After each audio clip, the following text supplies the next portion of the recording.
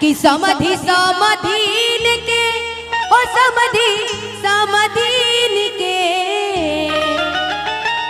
असमधि समधीन के ओ समधि समधीन के।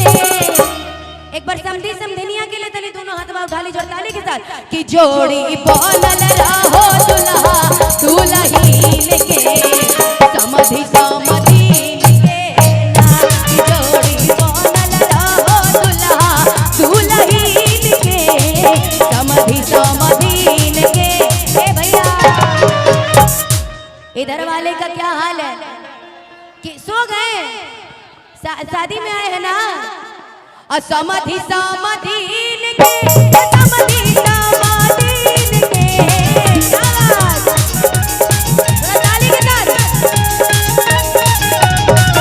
समधि समधीन के समधि समधीन के जोड़ी बनल रहो दुल्हा दुल्हीन के समधि समधीन के ना जोड़ी।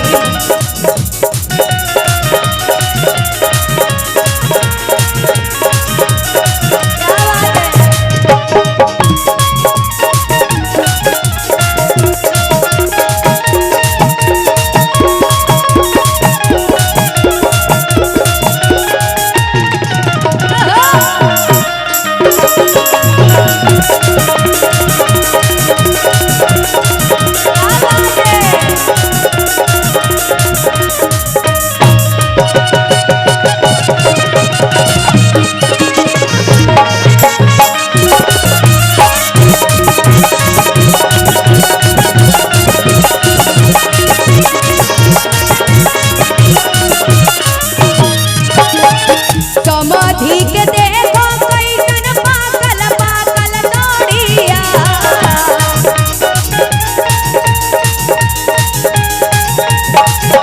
समधिन के देखो कैसे पाकल पाकल डोरिया। कैसे हो? अच्छा कहाँ है समधि? समधि देखिए पाकल पाकल दाढ़ी तो नहीं करिया दाढ़ी वाले आए हैं। और क्या कहना है?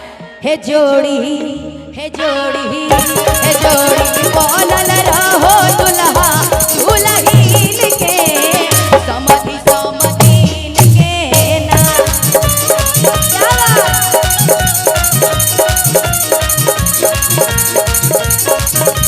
हे जोड़ी बोलल रहो दुल्हा दुल्हीन के समधि समधीन के ना जोड़ी।